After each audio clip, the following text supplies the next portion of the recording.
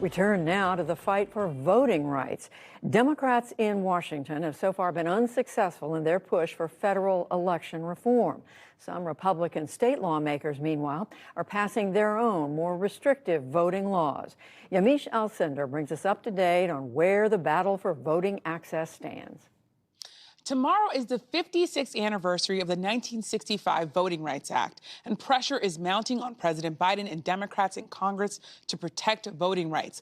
We look at the fight now with Reverend Dr. William Barber. He is co-chair of the Poor People's Campaign, a group that has been protesting for voting rights protections on Capitol Hill and across the country, and State Representative Chris Turner, chair of the Texas House Democratic Caucus. He is one of the many Texas lawmakers who fled to Washington, D.C. in an effort to stall passage of a restrictive GOP voting bill. Thank you so much, both of you, for being here. Representative Turner, I want to start with you. The Texas Republican Governor Greg Abbott, he is now calling a second special session of the Texas legislature. Tell me a little bit about what you plan to do. How long do you plan to be in Washington, D.C., and what's your response to his moves?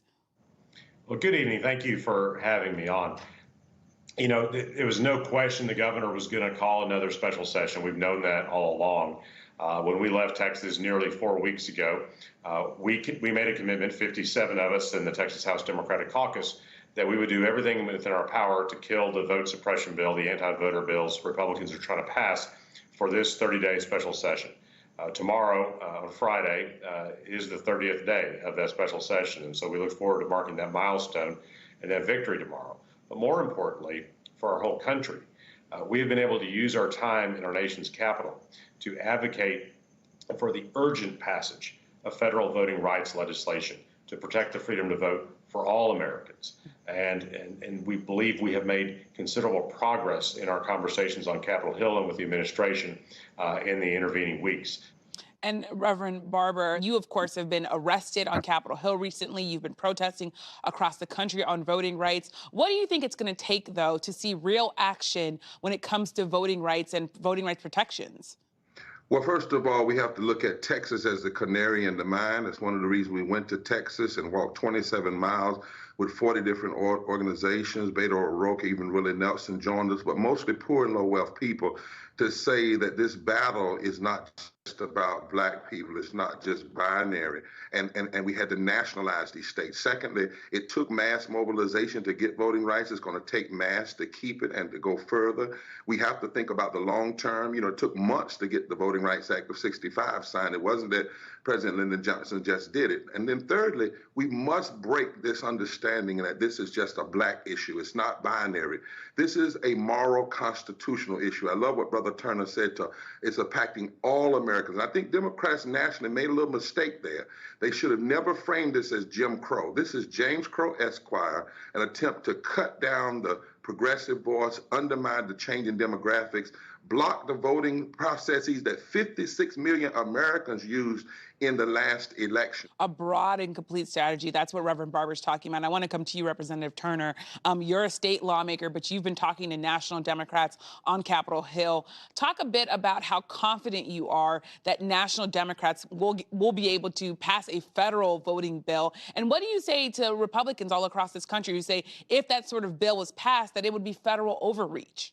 Yeah, well, I'm very confident. I think that in our conversations with congressional leaders in the House and the Senate, I come away assured that there is going to be action soon on federal voting rights legislation, both H.R. 1, S1, the For the People Act, and the John Lewis Voting Rights Act, which will be introduced in the House in the coming month, perhaps. So we are very encouraged by that. What I say to Republicans is, why are you so afraid of people being able to cast a ballot? If you're afraid of Americans voting and you're afraid of people being able to exercise their franchise, perhaps you need to look in the mirror and maybe you need to start talking to voters and talking to them about the issues they care about, and you wouldn't have to be so afraid of the voters. And in Texas, to tie it back to what Reverend Barber just said, because I just could not agree more.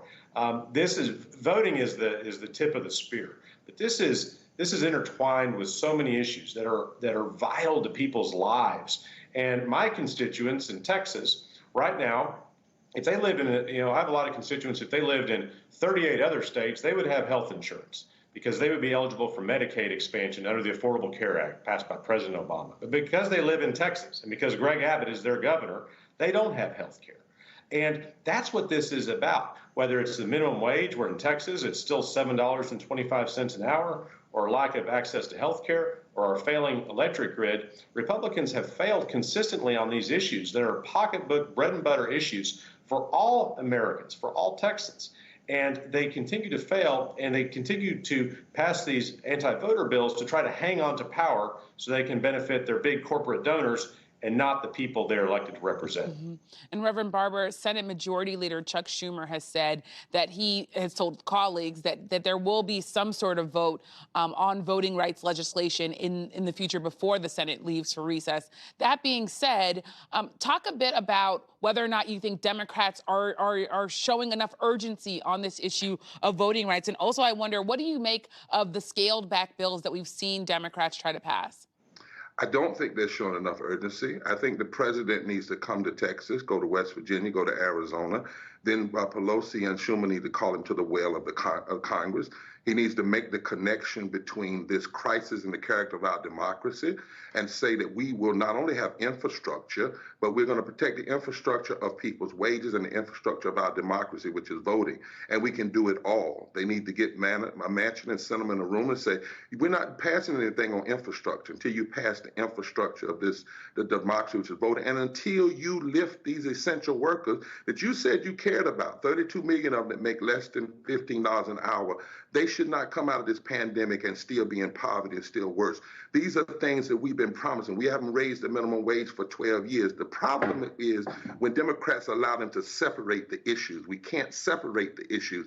They must be together. Democrats must bring their caucus together to block this non-constitutional filibuster. And in the 10 seconds we have left, so I just want to ask you, Representative Turner, where do you see this going? What is the end game here with Republicans moving very quickly in passing voting bills if Democrats can't pass a federal bill? Well, Democrats have to pass a federal bill. That's where this has to end. We need the For the People Act. We need the John Lewis Voting Rights Act with a strong pre-clearance provision to stop states like Texas, Georgia, and other states from passing discriminatory voting laws and discriminatory redistricting plans. That's what we need. That's how this has to end. Well, this is an important conversation. Thank you so much, Reverend William Barber and Representative Chris Turner. Thank you.